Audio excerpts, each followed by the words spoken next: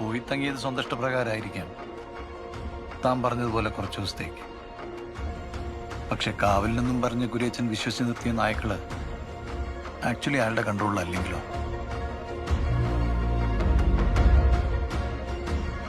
ഈ പറയുന്ന ഗുഹയിൽ നിന്ന് അയാൾ തിരിച്ച് പുറത്തിറങ്ങണോ വേണ്ടിയും തീരുമാനിക്കേണ്ടത് കുര്യച്ചനല്ലെങ്കിലോ?